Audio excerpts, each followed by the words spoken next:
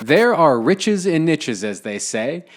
And if you're not an American, there are riches in niches, which doesn't really rhyme, so I guess it's a little less catchy. But niches are what we're talking about in today's episode, which is part 2 of our 3-part series on real estate strategies. Hi, my name is Adam, and welcome to Rubicon. In this channel, we talk about real estate and business and the mindset you need to get started in both. So what is a niche and why is it important? Well, basically a niche is just a specialization in any market. And specifically, I'm talking about what type of real estate property one might specialize in. So right off the get-go, there are so many different types of real estate. I mean, this is not an exhaustive list, but there's single family housing, there's townhouses, there's apartments, there's duplexes, there's fourplexes, there's mobile homes, manufactured homes, timeshares even. And that's not even getting into commercial. If you get into commercial real estate, the list goes even further. We're talking retail, multifamily, business, office, industrial, vacant land, agriculture, restaurants, hotels, resorts. The list goes on and on and on. And additionally, you can find yourself in niches within any one of those categories. Rather than being interested in single-family homes, you might be interested in single-family homes between the 1960s and the 1970s. So these are the different types of niches within real estate that one might find. And you might say, but Adam, I don't want to pigeonhole myself. I don't want to corner myself. I want to keep my options open. I don't want to choose a specialization. However, it is true what they say. A jack of all trades is a master of none. Picking a niche can be extremely valuable, and specifically it does two things. The first benefit is to you. You do not have infinite time and infinite resources to spend on real estate. You only have so much time and so much energy to spend researching and becoming really knowledgeable and really good at an area of real estate. So by picking a niche, it's going to help you focus your time and your energy like a laser beam. And that way, when other things, other distractions, shiny object syndrome kicks in, you can say, no, thank you. That is really interesting. Maybe I'll write it down. If you find it interesting, write it down and put it somewhere for later. But you can say, no, thank you. I'm not interested in that. I have my niche. I have my specialization. This is the area that I'm most interested in. And that's the area, this is my lane. I'm going to stick to it. So how do you pick a niche? What is the perfect niche? Well, I'm going to let you off the hook here, and I'm going to say there is no such thing as a perfect niche. There are a lot of different types of real estate out there, and I guarantee you people have successful businesses in every single one of them. So my advice is just to be decisive and just pick one. Do a little bit of research, obviously, but ideally choose one where you understand the underlying fundamentals of that particular niche. Especially choose that one if you get excited about it. Follow the thing that you're passionate about. If the idea of learning about this topic and becoming an expert in this topic bores you to tears, then I'm going to say that that's probably not the niche or the specialization meant for you. However, if you find that you are doing a few hours of research and you're really getting into this and you are really curious about this and you're just on fire for what you're researching and getting into, then I would say that's probably a really good niche for you and you should focus on that. The second thing that picking a niche is going to do for you is it's going to make you top of mind for anybody that you network with. For example, and I'm just making up an example here, ask yourself this question: how many people do you know that maybe like to fish? Now, you might know several people that like to fish, but then if I were to ask you, how many people do you know that like to fly fish?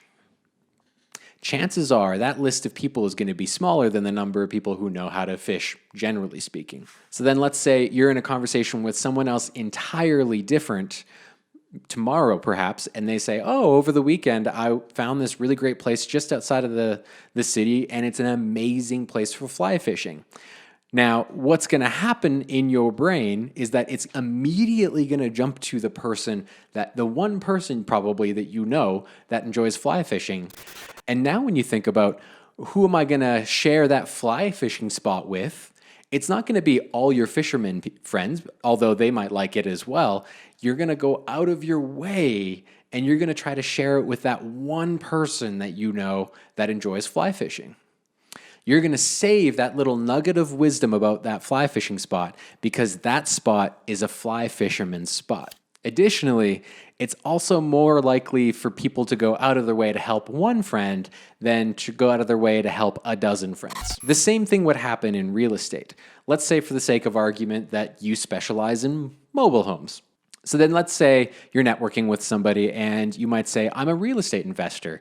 I specialize in mobile home real estate. They might say, oh, well, that's a really interesting thing to specialize in. And whether or not they really, dig into that or not is not really relevant, because now anytime in the future where someone says, hey, I have a mobile home development or I have a mobile home that I need to sell, you will be the first person their brain connects the dots with. You will be the first person they think of. And then what's going to happen is that person is going to go out of their way to make sure that they put that deal on your radar because they would want someone to do the same thing likely for them.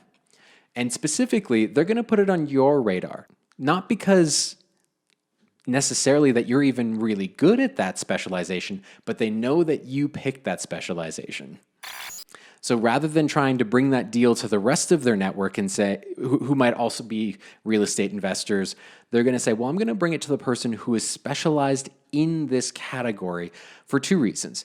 One, because this person knows that you are specialized in mobile homes, which means that you're more likely to actually take action on that deal rather than disqualify it because it's not within your niche. This is in your lane. This is your specialization. And so you are more likely than anybody else to actually follow through on this deal. The second reason they want to bring you the deal is because you are an expert in that category, and so you can actually be the one to decide whether or not it's a good deal, which really lets them off the hook in case that deal ends up being a bust. So in short, picking a niche or specialization is really helpful when we're talking about the type of real estate that you're investing in, because there are just so many, and it's going to help you in a number of different facets, especially when it comes to focusing your time and networking effectively. One of the questions you might be asking right now is, where do I start even on this path? Well, if you go to the MLS, you're going to find a list of numerous property types when you start searching for real estate. And my advice at this stage, if you don't know a whole lot, just start looking through some of those different types of lists and seeing the different types of property in there, and maybe start learning some of the lingo as well. Figure out which types of properties seem to be intriguing you and seem to be piquing your curiosity. And then once you're curious, just dive in. Dive in for a few hours. And if you find that you just keep on peeling away layers and layers and layers and you're finding this ever more interesting, then I'd say congratulations. You've probably found your niche or something that you're going to be really good at. If you're struggling, then just acknowledge that you're struggling to learn about this topic and maybe put it aside or just scratch it off your list and move on to the next category. I have no doubt, though, that if you continue to focus on a niche and find a specialization, that you're going to find something that you're really passionate about and something that you get to be really good at.